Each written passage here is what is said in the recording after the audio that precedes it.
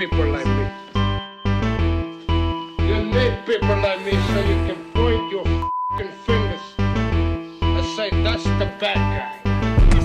That's the bad guy. That's the bad guy. That's the bad guy. That's the bad guy.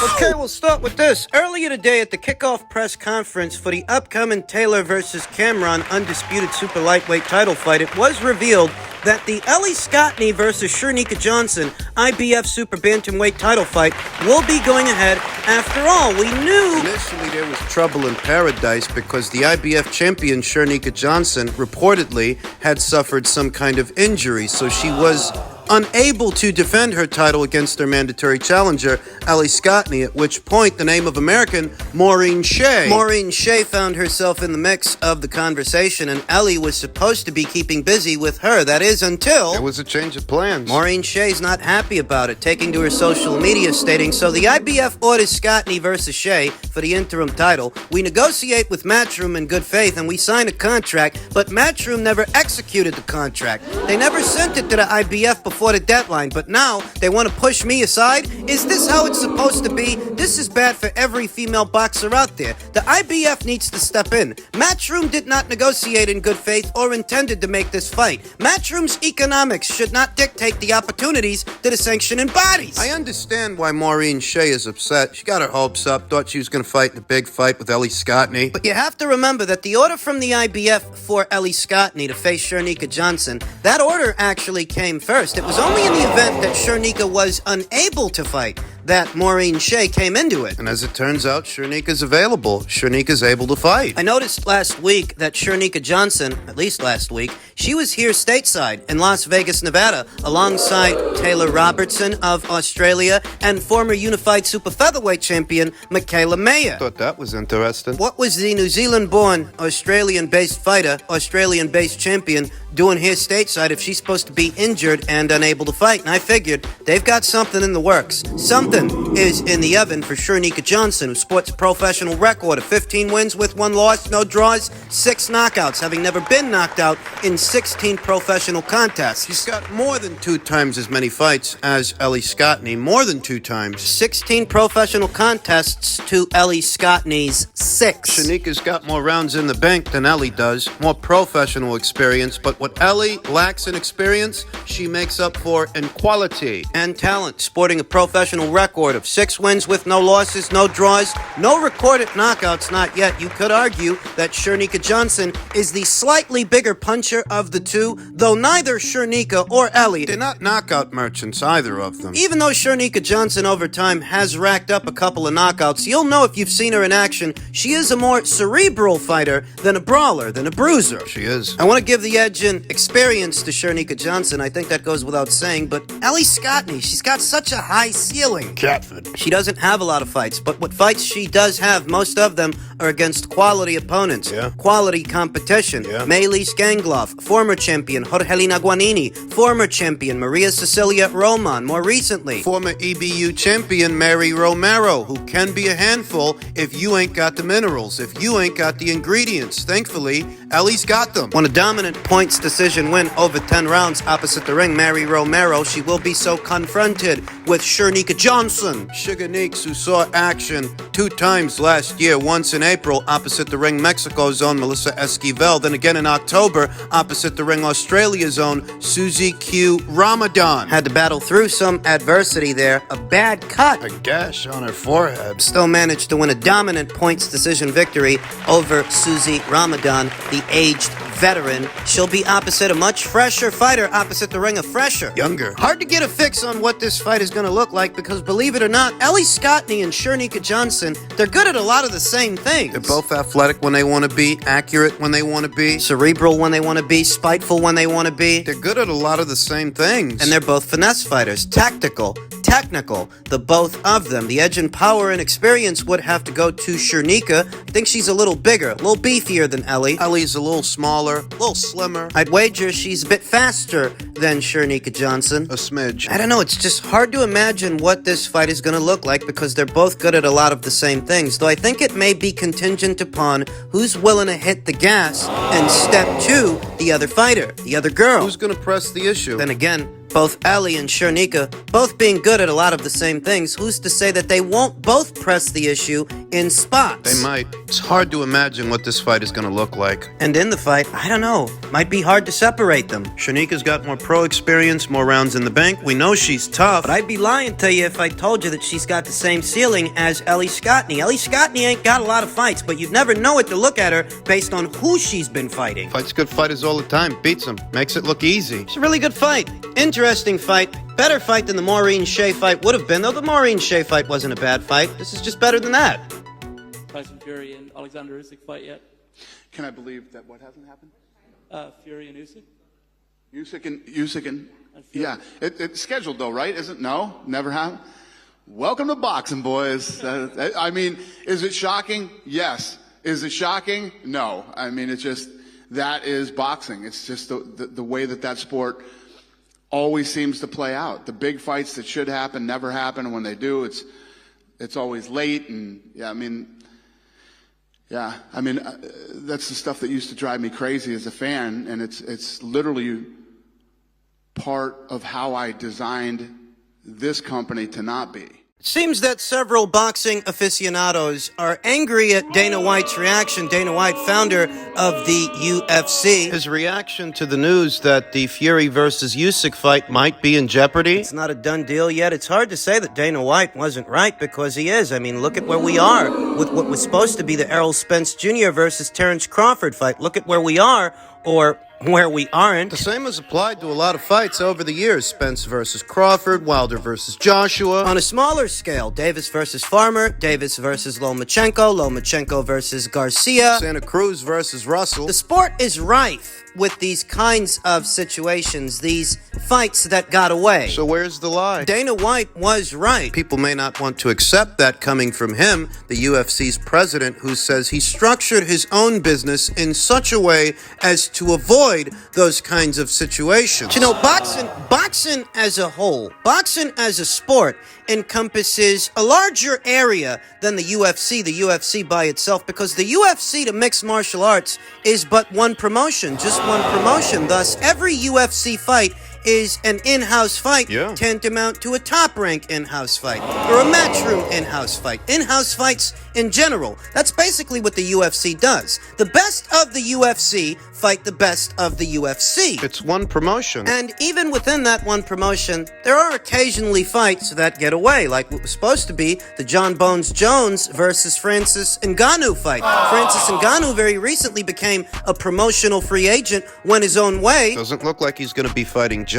Occasionally, even within the UFC's own borders, there are fights that sometimes don't happen. But what you have to understand is that every UFC fighter is a fighter that has a contract with Dana White. Thus, he doesn't have to deal with any other promotional outfits or networks to get a deal done. It's all in-house. That's different from what you see in boxing, because in boxing, there are many promotional outfits, many platforms. It's a lot more fragmented. Whereas when Dana White talks about the UFC, he's really just talking about one promotion, just one promotion, though at the end of the day, he's not wrong. Unfortunately for the boxing fan, that is how things go in the sport of boxing. Fights either don't happen or they happen. They're over-marinated. They take too long to make or they don't get made at all. You want to see the best fighters versus the best fighters when they're both at their best, but the level of angling you see in the sport of boxing, shameless angling in some instances, stall tactics, it really can sour you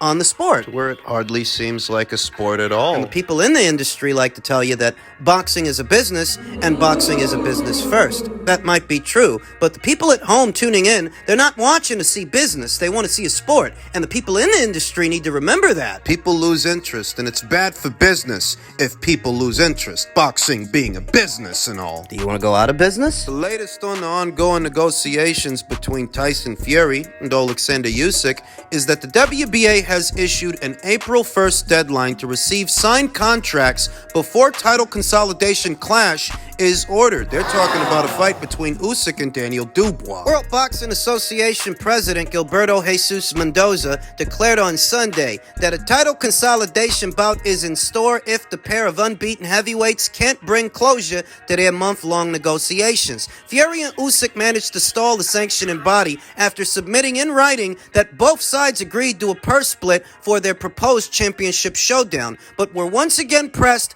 with a ticking clock to actually deliver the fight. The WBA deadline to receive signed bout contracts is April 1st. Mendoza announced Sunday morning. Otherwise, the mandatory negotiations will be ordered for Usyk. And this is what Dana White is talking about. A content creator like myself might have the time to explore what's going on and spend some time on that, but your casual boxing fan and the casual observer, All they know is the fight's not happening. and to the casual observer, that's all they need to know. They don't need to get into the why and the how and the who. The blame game that boxing fans often play. The casual observer will elect to sit that one out because they only come around for the big fights. And if a big fight falls apart, if it collapses and it don't happen, that's all they need to know. They're not going to spend as much time on it as either I or you.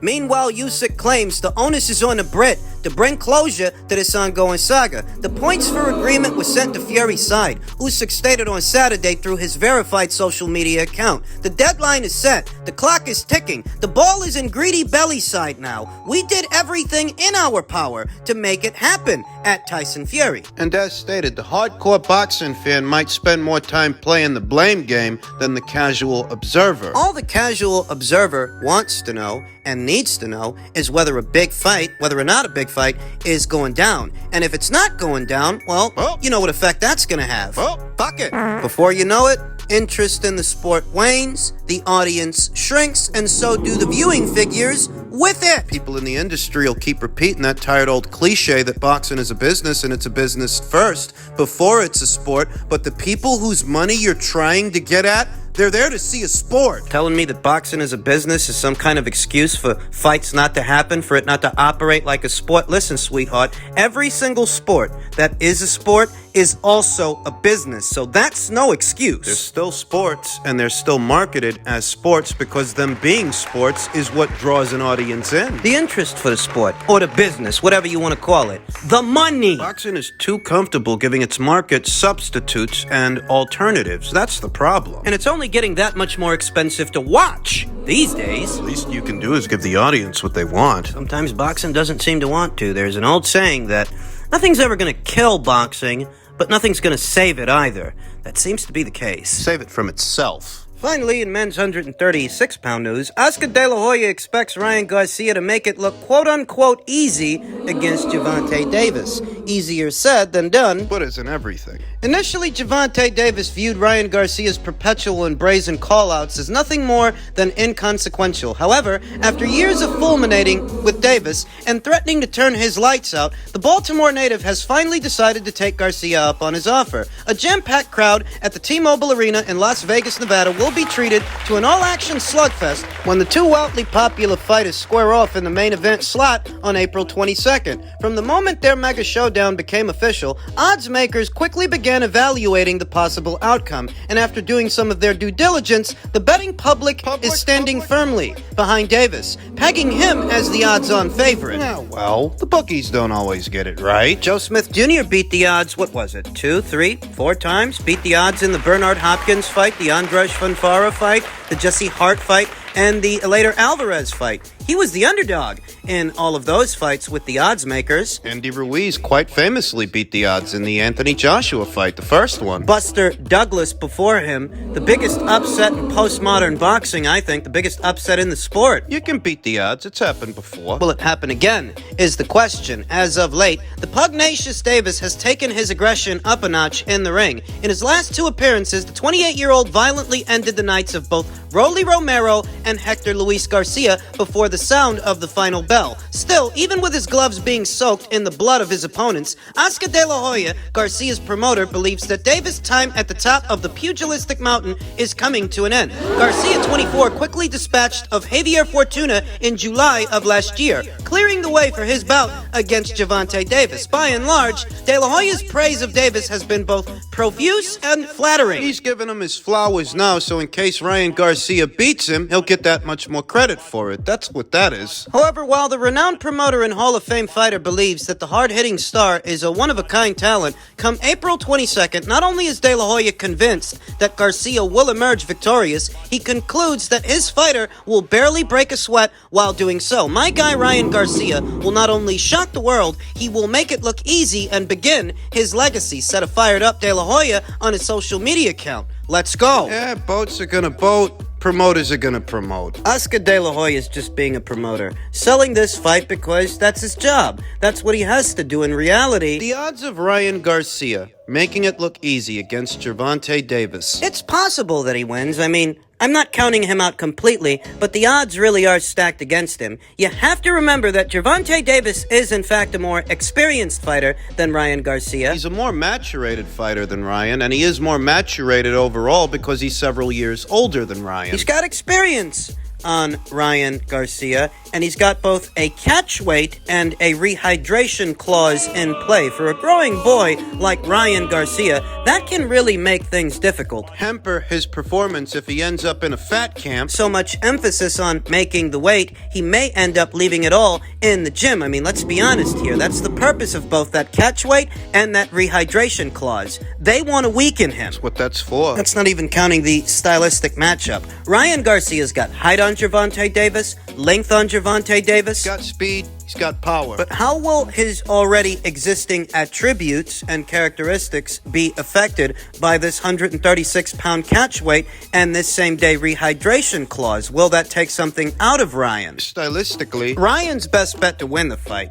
is to use his height, use his length to set up the naturally smaller, stumpier fighter for a left hook. the baseline for that strategy would be centered around Ryan's jab. I understand that Gervonta Davis is a southpaw, and the right hand, the straight right hand, is often dubbed the southpaw killer, but Gervonta Davis and Ryan Garcia aren't eye-level to each other. There's a discrepancy in height between them. I'm not saying that Ryan should abandon his right hand altogether, but I think a left hook is more adequate for this assignment. Setting Gervonta Davis up for a left hook. Him being the smaller fighter, he's got to get close to Ryan before he can touch him. Ryan pumping out that jab might give him something to think about. Beating those feet ever so slightly in order to maintain distance, manage it, thereby making it harder for the smaller fighter to get close to you. The issue is there's no substitute for experience. Ryan's not as experienced in the ring as Gervonta Davis. Can't afford any lapses in judgment, defensive lapses in judgment. He's got to come up with a good game plan and stick to it for 12 rounds. Conceivably 12 rounds, though he could end it sooner if it works. Because he's greener than Gervonta, I don't know if he can do that. Stick to the plan.